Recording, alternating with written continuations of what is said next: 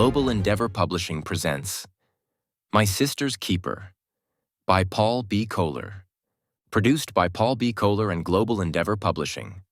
Copyright 2024, all rights reserved. For more great stories and audiobooks, subscribe to this channel and don't forget to click the notification button. The suit my mother had laid out on the bed that morning was far too big. It was for the ceremony at the White House, and everything about it was wrong. The sleeves hung down, practically hiding my fingers, and the shoulders were inches too broad, making me look clownish and out of place, but as it was, being a 10-year-old boy, it wasn't often that I felt normal. And standing in that White House ballroom, with the president ticking from my sister to my mother to my father, and then finally to me, with his hand outstretched, I felt like an alien. I could feel the sweat build on my palms and quickly stuffed them in my pockets. I gripped the cloth lining deep inside, hoping to dry as much of the dewy nervousness from my skin. I was close enough to see how old the president looked. Wrinkles curved his mouth downward in a perpetual, cartoon-like frowny face. And I'm not gonna lie, meeting the President of the United States was something that I'd never thought would happen in my life. But there I was, about to shake his hand. Then suddenly he was upon me, his hand outstretched. I felt the gaze of my mother, my father, and most certainly my sister, the one who'd made it all happen. I could almost hear her internal, whiny plea. Come on, I worked so hard for this. Thank you for coming. Stuart, is it? I'd imagine you're quite proud of your sister, Alice, the president uttered in his notable westward drawl. My eyes shifted nervously as I yanked my hands from their hiding place. My mind raced, calculating. I couldn't actually remember ever touching another person's skin before. Besides my own family's, that is. Sure, I'd been to the doctor many times as well as the dentist. But to actually shake another person's hand, to feel another's skin with my own touch was lost to me, and the thought of aligning palms and locking thumbs and converging flesh for even the briefest moment made me quake. After a near infinity, I slid my hand into the president's like a glove. My eyes crept toward his before they locked. In that moment, I felt a stunning connection, a warmth between ourselves that lasted but an instant. The president sensed it too. The deepening wrinkles between his brows suddenly flattened. Surprise caught him off guard. He dropped my hand, and a sudden grin crept over his face. Wonderful, he mused. Absolutely wonderful. And then he was gone. He left us like that, my family and I, in a staggered line. As the president turned toward his waiting Secret Service, Alice stumbled, barely catching herself with a swift foot forward. My father wrapped panicked arms around her, lifting her back to standing. Her face was beet red, her eyes white orbs and bloodshot. The sudden change in her condition lasted only moments, though, and she soon righted herself to her usual posture. Spine flat, chin high. A cocky 10-year-old, for certain, my twin sister, but a caring one, a loving one who held my hand in secret when I was frightened in the woods, one who cruised through my homework with ease when I struggled mightily. I was never smart enough. What happened? My father asked her. Did you lock your knees? Yeah, sure, Alice affirmed, her eyes dancing wildly. I locked my knees. But that wasn't it at all. At the time, I hadn't understood my powers, had only sensed a strange warmth during the short exchange between the president and myself.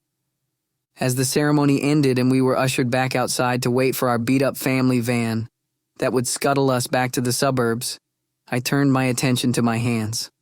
Those fingers, those palms, which seemed to ache with fatigue. My sister walked beside me, her legs spastic as if she lacked muscular control. My father noticed as well and turned to assess, slightly worried but vaguely annoyed. What's gotten into you, Alice? He scowled. You've just met the president, for God's sake. Have some respect for yourself, stand up straight.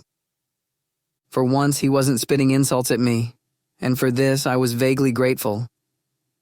Generally, my parents catered to Alice's every whim, They'd known it since we were toddlers. She was the prodigy, I was the dimwit. Her brain stacked information like a library, and she retrieved it without pause. She aced test upon test. She was primed to be a great academic, a changer of worlds. But that day, dressed in her prim lace dress and her saddle shoes, she bobbed her chin to her chest and raked her eyes across the cracks in the pavement. The contempt I held in that tidy black space beside my heart loosened slightly. For the first time, my twin sister seemed human. My father made brief eye contact with me, searching for answers, and I shrugged, but inwardly I sensed something was off, that the universe had tilted ever so slightly, spitting a bit of extra favor my way. And I must admit, I didn't hate it. We climbed into the van and our parents hastened us all back into suburbia, to the safety of our shabby house beneath the willows. I sat beside Alice and I grasped her hand, sensing her sadness. Our fingers stayed linked, our sweat congealing, our faces glum as our parents tossed gung-ho words to each other. "I can't believe we just met the president." It was clear they didn't sense the gravity of the situation. Alice's lost will was to them a single fluke. A minor cold, not cancer. As we bounced down the road, my thoughts reverted to my hands, my touch. Was I somehow in control of something that shouldn't be possible? As my parents continued their enthusiastic drone in the background, my mind slipped into overdrive, dissecting what my full potential or complete misfortune could mean. It was all a matter of perspective. Once home, I yearned to test my theory. As Alice slept for hours under a mountain of pink blankets, still clad in her presidential dress, I scampered down the road to my friend Bill's place. After some time there, I tugged a hand from my jean pocket and smacked it on his shoulder like a baseball coach or a soldier saying goodbye. And in that moment, Bill brightened. His eyes grew large. His words swallowed extra syllables. Our former talk of video games and shared confusion about girls disappeared, replaced with string theory and an assessment of the refugee problem. Bill clapped his hands together and ran off to scribble a brief note to the president, certain he'd filled a missing link in the failing healthcare system. Despite having suddenly inherited my sister's quick wit, the depth of her intelligence, he hadn't donned any of her humility or humor. I made a quick exit and raced for home, my kneecaps jarring with each ground impact. I had to see what I'd done to Alice, and when I entered the house, the air was thick, the drapes drawn. I kicked my tennis shoes to the mudroom floor and shot up the stairs where I found a weeping Alice, spread eagle and sweating beneath damp sheets. My mother dabbed a cool washcloth across her forehead, distraught. "She won't stop crying," she groaned. "I've called the doctor. Your father's terribly worried." I lowered my head, focusing on my hands. They heedlessly poked out from the ends of my sleeves. 4 carrot-like fingers with stub thumbs each. They were pale in comparison and carried the secret to ruining my sister. They gifted her life-bearing mental and physical abilities to whomever I touched. I knew then what I needed to do. I raced back to the mudroom and donned a pair of my father's old hunting gloves. Drops of dried blood spattered them. I was Mickey Mouse, with giant cartoon fingers. But my sister was safe. In the subsequent days after I'd shelled her power of free thinking to the President of the United States, and I'd given her political and scientific intelligence to that snot-nosed kid down the street, Alice began to recover. I sensed her strength as she marched through the hallway, maintaining her stellar posture, her nose dipped deep into a Dickens novel. She spoke eloquently, at length, with regards to her literary idols, and I cherished these moments, my chin in my gloves, my mind lost in the throes of her retained intelligence. But I couldn't keep it up. Sometimes I toyed with the idea of destruction. She was golden, the gleaming, attention-seeking sun of our family. I'd had a sunburn my entire life. When my father sent Alice and me to the store the next week, he yanked the gloves from my pasty hands. His words, "Why are you such a wuss, boy?" stung. I furrowed my eyebrows deep across my forehead. I shoved ahead of Alice at the side of that gravel road, driving my demon hands deep into my pockets. "He doesn't mean it," Alice said, her voice angelic. She raced to catch me and wrapped her arm around my shoulder. We were precisely the same height, the same build, with matching blue eyes. She planted her forehead onto mine. Knocking me sideways, I snickered, laughter rising up from my gut. For a moment, I forgot that her future's weight nearly snapped my shoulders. Our camaraderie was electric, the stuff of our cellular past when we were tucked safe in our mother's womb. But the unfortunate event at the grocery brought back the full gravity of my plight. I hadn't touched anyone in weeks, and yet, the cashier was insistent in cupping my hand as she tossed me the 3 quarters and change. Immediately, the now familiar warmth passed between us. Panic filled my chest as I watched the stooped-over cashier suddenly erupt 6 inches taller, her smile gleaming. Beside me, my sister crumbled to the ground, her posture faltering forever. She cowered on the dingy tile floor, her arms wrapped around her knees. An ominous whimper escaped her. And then, she was silent for a long time. The incidents continued deep into winter. I was always careful, but never careful enough. The girl in my class who yanked my hair took on Alice's athletic ability, sending her to the 10 and 11-year-old running state finals the following year. A woman at the gas station donned her acting ability, leading her to star in a commercial I saw right before Thanksgiving. I saw my once illiterate grandmother perusing a Faulkner novel near Christmas. Remembered that sloppy kiss she'd donned on my cheek the previous week. Soon, I'd hear Grandpa Martin discuss the 4th dimension and the true meaning of time. Helplessly, I watched Alice decline, until ultimately my father purchased a wheelchair and pushed her everywhere. His mustachioed face was somber, his nose flat in a constant grimace. My mother drifted after them, scooping 𝙭𝒊𝙩 applesauce toward Alice. But Alice's despondency meant she didn't want to live. Her tired eyes blinked like a cow's. When I wiped her face with a bleached napkin, scraping dried food from her cheek, her eyelids closed, forcing a single tear to crawl down her cheek. I knew I had to do something. I was destroying her, passing out her prodigal powers like coupons at the grocery store. I burst into my room one spring afternoon, after watching toddler cartoons with Alice, and smacked my temple with a closed fist. My sister was a near-blubbering zombie, and my parents, certain it was the end, had spat excuse after excuse not to take her to the hospital. If she wanted to live, she'd try harder.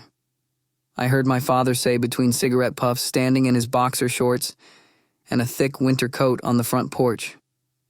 His skin was dried out, gray. Not long after I saw the sign for Stephen Hawking's downtown appearance at school, I'd heard my teacher mention many times he might be the most intelligent person on earth, and a light bulb erupted in my brain. He was speaking at the convention center on Saturday morning, and a limited number of students from our elementary school were invited to attend. The people of the next generation, the minds of the future. I begged my teacher to sign Alice and I up, but she was hesitant. My sister hadn't been to school in nearly 6 months, and word of her looming demise had descended upon the school's consciousness like mold. In the end, though, I was victorious with my pleas. My mother and father took us to the convention center early that Saturday morning. I clung to Alice's limp hand as they drove, peering into her eyes. She hardly had the muscle memory to blink. I asked my parents if I could wheel her up to meet Stephen Hawking myself. If my half-baked plan had any chance, it had to be this way. They agreed, listlessly, their tone that of parents on the verge of giving up. Stephen Hawking sat on the stage in his wheelchair, his head tilted, his eyes quizzical. The onlookers were packed in like sardines, sweeping away from my sister, and I liked the parting of the biblical Red Sea. I nudged Alice's shoulder, feeling the jut of her bone. "Stay awake," I whispered. "This is important." When her wheelchair bumped into the boundary between the murmuring crowd and the stage, we were mere feet from Stephen Hawking. A security guard with wide shoulders halted us, lifting his hand and nearly grasping my elbow. But I twisted away from him, my limbs nimble. My sister was already a puddle, her powers and abilities already stretched thinly across the population. I wouldn't give this goon a single ounce of her remaining capacity. Stephen Hawking's synthetic words crept across the crowd. He was discussing quantum mechanics, something I'd heard Alice dive into a multitude of times over a bowl of cereal. I yearned for the words to ignite her, to send her electrical impulses into overdrive. A bit of drool cascaded down her chin. The guilt-ridden energy began to pulse freely within me. I zipped up my black sweatshirt and pulled its hood over my head. I knew I had only one chance. I cinched the cord tight around the hoodie, clutching my temple and tugging my ears. My sister had been nothing but good. Her snooty knowledge, her bright future, had overpowered my existence. Sure. But now being the only twin standing with blood pumping strength into my every muscle and my own brain twitching with clarity, my choice was absolutely glaring. I dropped a final kiss on my sister's forehead, then rolled up on the stage. I was agile, quick, and I roared toward Stephen Hawking. Behind me, the crowd gasped, the air filled with tension. I reached toward him, a single finger poised to strike his forehead. I yearned for the powers, straight from the source. He was the most intelligent man on the planet, and he was the only one who could renew my sister, through me, her keeper. Stephen Hawking's eyes showed red veins. They nearly popped from his skull. He seemed to cower in those languishing seconds as I bound toward him. And then, as I finally struck my skin upon his, an explosion ripped through us both, tossing me against the backstage wall and sending Stephen Hawking's wheelchair back into the stage's red curtain. It wrapped around him like a taco before catching on fire. No theories of quantum mechanics, of physics, of Isaac Asimov could have filled in the blanks of this phenomenon. As my body collided with the wall, I felt the strength of Hawking's knowledge spike through me. It empowered me, forcing my eyes open to see the many bright, kaleidoscopic colors of the earth around me. And then it erupted through the walls of my heart, bursting blood vessels throughout my ribcage. The energy departed my body just as quickly, sending me off, away from the realm of this physical realities, forever. I remember the initial jolt. I leapt to my feet, searching around me, seeing nothing but fire and black, menacing smoke. A wheelchair had been holding my frame, but I wasn't sure why, and my weight had eroded. I could feel my bones pressing on my skin. The crowd had begun to roar with panic, running toward the exit behind me. Was this the end of the world? Some kind of post-apocalyptic nightmare? At the time, I didn't know Stephen Hawking was fodder for that great, all-consuming fire on stage. The red curtain had begun to fall. It threatened to swallow us all. That's when I saw Stuart. I wobbled toward him. I felt a strength of consciousness that I hadn't assumed for nearly a year, and it felt ethereal, or perhaps alien. I knelt beside him, wrapping my fingers around his wrist. No pulse present. My twin was twisted, splayed out after being blasted against the wall. I willed him over my shoulder and rushed from the building, saving his body.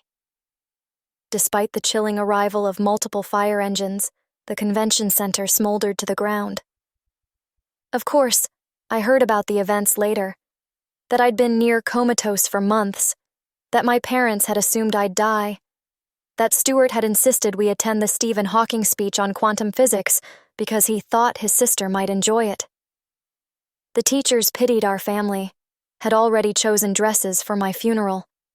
Sending us was the least they could do.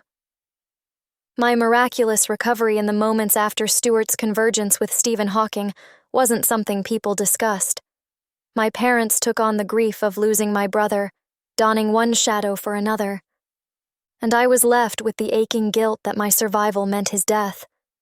No matter how many books I read, no matter how many tests I ace, no matter that I'm heading to Oxford this fall to pursue physics and literature, nearly 8 years after that fateful day, we lost Stuart. I can't explain our dramatic switch. I only know the remainder of my life is a debt. I owe it to him, forever.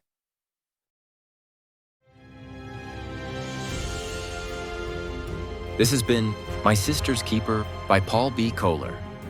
Copyright 2024 by Global Endeavor Publishing. All rights reserved. If you enjoyed this presentation, please like and share.